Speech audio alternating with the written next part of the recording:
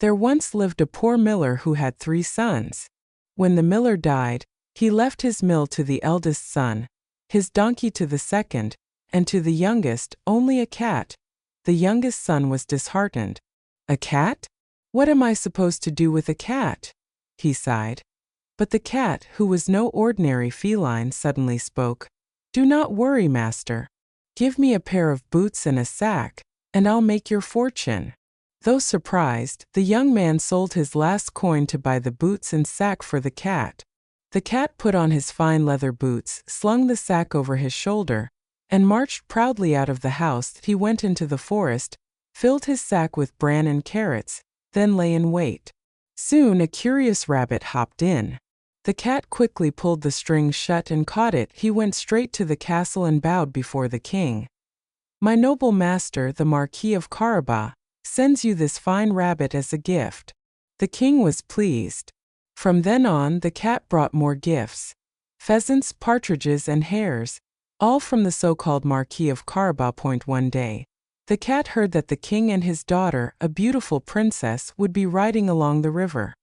He rushed home and told his master, "Quick! Go to the river and take off your clothes. Trust me." Confused but trusting the cat, the young man did as told. As the king's carriage passed by, the cat ran out shouting, "Help! My master, the Marquis of Carabas, has been robbed. Thieves took his clothes." The king ordered his servants to help at once. They clothed the young man in elegant garments. The princess noticed him and blushed. He was handsome and kind. The king invited him into the carriage, curious to know more about this mysterious marquis. Meanwhile, the cat ran ahead.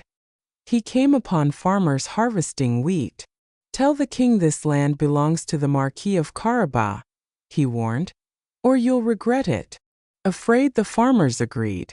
The same happened with shepherds, vineyard workers, and villagers. Each time, the cat threatened gently and they obeyed. The king was amazed.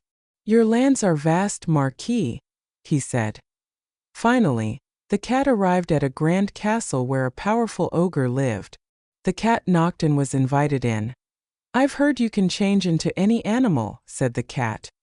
"Indeed I can," roared the ogre, and he transformed into a roaring lion. The cat pretended to tremble in fear. "Incredible! But surely you can't become something as small as a mouse." "Ha! Watch this." The ogre shrank into a tiny mouse, and the cat pounced. One quick bite, and the ogre was gone. The cat quickly welcomed the king and his company as they arrived. "Welcome to the castle of my master, the Marquis of Carabas," said the cat with a bow. Impressed by the riches, lands, and character of the young man, the king offered his daughter's hand in marriage. The princess agreed joyfully, and the young man, once a poor miller's son, married the princess and became a true marquis. The cat was given a place of honor in the castle, feasting on roasted chicken and cream. He stretched his paws on velvet cushions, his boots always polished, and from that day on, no one ever questioned the power of clever thinking or the magic of a cat in boots.